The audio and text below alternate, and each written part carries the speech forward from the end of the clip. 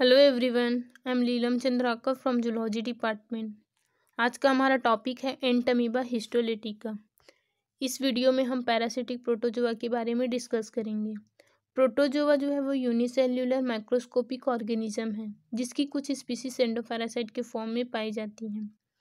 Protozoa हानिकारक एवं लाभदायक दोनों ही प्रकार के होते हैं। तो हार्मफुल स्पीसीज के अंतर्गत कुछ प्रोटोजोआ की स्पीसीज जो कि डिसीज उत्पन्न करती हैं, इन स्पीसीज को पैथोजेनिक प्रोटोजोआ कहते हैं। तो पैथोजेनिक प्रोटोजोआ के अंतर्गत हम फर्स्ट देखेंगे एंटमीबा हिस्टोलिटिका। ठीक है, इसका साइनॉप्सिस है, इंट्रोडक्शन, सेकेंड है सिस्टमेटिक पोजीशन, थर्ड है हैबिटेट, फोर्थ है मार्फोलॉजी, फिफ्थ है रिप्रोडक्शन ऑफ एंटमीबा, सिक्स है लाइफ साइकिल ऑफ एंटमीबा और सेवेंथ है पैथोजेनिसिटी। इसमें फर्स्ट हम देखेंगे इसका इंट्रोडक्शन। तो एंटमीबा हिस्टोलिटिका मोनोजेनेटिक पैरासाइट होता है। ठीक है, तो पैरासाइट क्या है? पैरासाइट मतलब ये अपना लाइफ दूसरे एनिमल पे व्यतीत करते हैं। ठीक है, और जिन एनिमल के ऊपर ये अपना जीवन यापन करते हैं उसे होस्ट कहते हैं। तो ये एक मोनोजेनेटिक पैरासाइट होता है। मोनोजेनेटिक मतलब कि ये अपना लाइफ साइकिल एक ही होस्ट में कंप्लीट करता है और वो है मेन। एंटमीबा की 3 स्पीसीज होती हैं, एंटमीबा हिस्टोलिटिका, एंटमीबा कोलाई और एंटमीबा जिंजीवेलिस। ठीक है, इन तीनों स्पीसीज में से एंटमीबा हिस्टोलिटिका पैथोजेनेटिक होता है जो कि ह्यूमन के बॉडी में डिसीज कॉज करती है। उसके बाद है इसका सिस्टमेटिक पोजीशन। तो ये फाइलम प्रोटोजोआ का ऑर्गेनिज्म है। ठीक है, इसका सब फाइलम है प्लाज्मोड्रेमा, क्लास है सार्कोडीना, सब फाइलम है हाइड्रोलिया, ऑर्डर है अमीबॉइडा, जीनस है एंटमीबा और स्पीसीज है हिस्टोलिटिका। उसके बाद है हैबिटेट, मतलब कि एंटमीबा कहाँ पाई जाती है। तो एंटमीबा की जो ट्रोफोजाइट स्टेज होती है, ठीक है, एंटमीबा की 3 स्टेज होती हैं, उसमें से जो ट्रोफोजाइट स्टेज होती है वो ह्यूमन की लार्ज इंटेस्टाइन की म्यूकस और सब म्यूकस लेयर में पाई जाती है। उसके बाद है इसका मार्फोलॉजी। ठीक है, तो एंटमीबा हिस्टोलिटिका के लाइफ साइकिल में इसको 3 अलग अलग फॉर्म में रखा गया है। ठीक है, इसमें से फर्स्ट है ट्रोफोजाइट फॉर्म, सेकेंड है प्रीसिस्टिक फॉर्म और थर्ड है सिस्टिक फॉर्म। तो इसमें फर्स्ट हम देखेंगे ट्रोफोजाइट फॉर्म को। तो ये जो फॉर्म होती है ट्रोफोजाइट फॉर्म, ये ग्रोविंग और फीडिंग करने वाली स्टेज होती है। ये इसका अधिक एक्टिव फॉर्म होता है। इसका साइज 12 से 60 माइक्रोमीटर होता है और इसका जो साइटोप्लाज्म होता है वो 2 पार्ट में डिवाइड होता है। एक होता है एक्टोप्लाज्म और एक होता है एंडोप्लाज्म। तो जो एक्टोप्लाज्म होता है वो बाहर की लेयर होती है। ठीक है, ये नॉन ग्रेन्युलर होती है और अधिक गाढ़ा होती है। और सेकेंड है एंडोप्लाज्म। तो अंदर की जो एंडोप्लाज्म होता है वो अंदर की ओर प्रेजेंट होता है। इसमें एक न्यूक्लियस होता है और इसके अलावा इसमें WBC food vacuoles, WBC, RBC, erythrocytes और ल्यूकोसाइट्स भी प्रेजेंट होती हैं। ठीक है, ये इसका ग्रैन्युलर पार्ट होता है। उसके बाद है स्यूडोपोडियम। तो मोमेंट के लिए इसका जो अग्र पार्ट होता है वो आगे थोड़ा सा डेवलप कर जाता है जिसे स्यूडोपोडिया कहते हैं।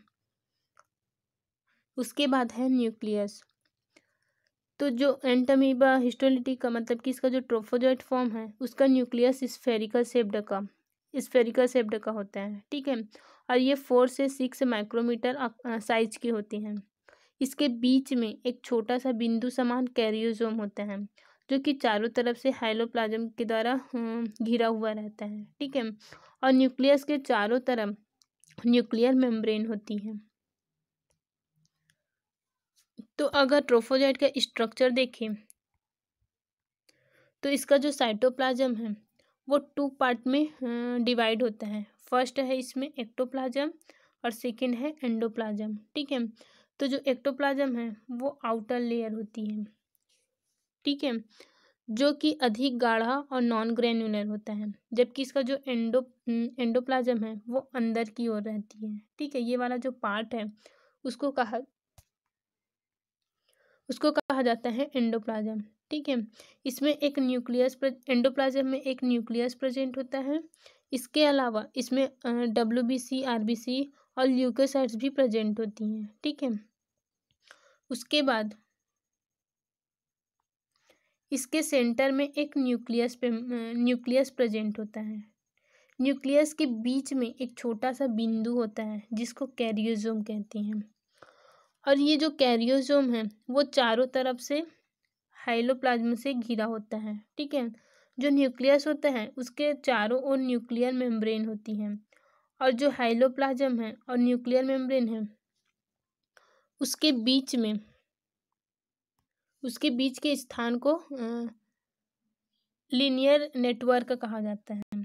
ठीक है, और मूवमेंट के लिए इसका जो अग्र पार्ट है वो थोड़ा सा डेवलप कर जाता है जिसे स्यूडोपोडिया कहते हैं। ठीक है, एंटमीबा की बॉडी की जो आउटर लेयर है वो एक पतली सी मेम्ब्रेन से ट्रांसपेरेंट परमिएबल मेम्ब्रेन के रूप में होती है जिसे प्लाज्मालेमा कहते हैं। तो ये हुआ ट्रोफोजाइट फॉर्म का स्ट्रक्चर।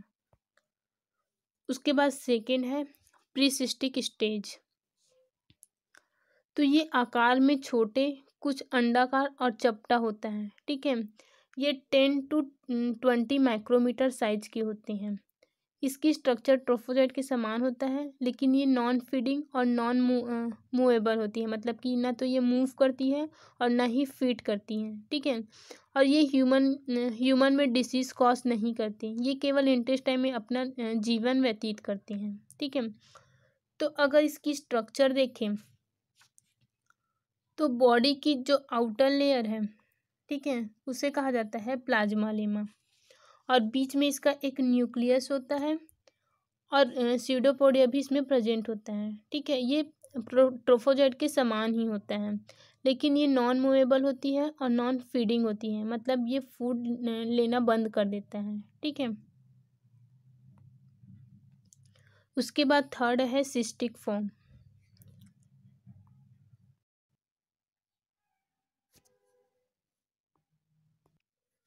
सिस्टिक स्टेज में पैरासाइट गोल हो जाता है और इसके चारों तरफ एक कठोर सिस्ट का फॉर्मेशन हो जाता है जिसको सिस्ट वॉल कहते हैं। ठीक है, इसका जो साइटोप्लाज्म होता है वो स्वच्छ होता है और इसकी जो न्यूक्लियस है वो ट्रोफोजाइट के न्यूक्लियस के समान होती है, और सिस्ट के साइटोप्लाज्म में 2 क्रोमैटिन बॉडीज और बहुत सारे ग्लाइकोजन प्रेजेंट होते हैं। ठीक है, जो कि धीरे धीरे लुप्त हो जाते हैं। उसके बाद है रिप्रोडक्शन ऑफ एंटमीबा। ठीक है, तो इसमें रिप्रोडक्शन की प्रोसेस केवल ट्रोफोजाइट फॉर्म में ही होती है, और इसमें एसेक्सुअल रिप्रोडक्शन होता है। ठीक है, एसेक्सुअल रिप्रोडक्शन बाइनरी फिजन द्वारा होता है, मतलब कि ये बाइनरी फिजन के द्वारा अपनी संख्या को बढ़ाते हैं। इसमें क्या होता है, सबसे पहले माइटोसिस डिवीजन होता है जो कि इंटेस्टाइन के वॉल के अंदर होता है। इसमें न्यूक्लियस का सबसे पहले डिवीजन होता है। ठीक है, तो इसका जो न्यूक्लियस है उसमें सबसे पहले डिवीजन होगा जिसे कैरियोकाइनेसिस कहा जाता है। न्यूक्लियस का डिवीजन न्यूक्लियर मेम्ब्रेन के विलुप्त हुए बिना ही स्टार्ट होता है, और जब न्यूक्लियस का डिवीजन हो जाता है तो उसके तुरंत बाद इसका जो साइटोप्लाज्म है उसमें डिवीजन स्टार्ट होता है। ठीक है, जिसको साइटोकाइनेसिस कहते हैं। इस प्रकार इसका जो पूरा बॉडी है वो 2 डॉटर सेल्स में डिवाइड हो जाता है जिसे अमीबॉइड ट्रोफोजाइट कहते हैं। ठीक है, तो यहाँ पे इसमें सबसे पहले न्यूक्लियस का डिवीजन होगा जिसको कहा जाएगा कैरियोसोम। ठीक है, इसका जो न्यूक्लियस है वो न्यूक्लियर मेम्ब्रेन के विलुप्त हुए बिना ही इसका डिवीजन स्टार्ट हो जाता है। ठीक है, तो जब इसका न्यूक्लियस का डिवीजन हो जाता है उसके बाद इसके जो साइटोप्लाज्म है उसमें डिवीजन स्टार्ट होता है जिसको साइटोकाइनेसिस कहते हैं, और इस प्रकार से इसका जो बॉडी है वो 2 पार्ट में डिवाइड हो जाता है। ठीक है।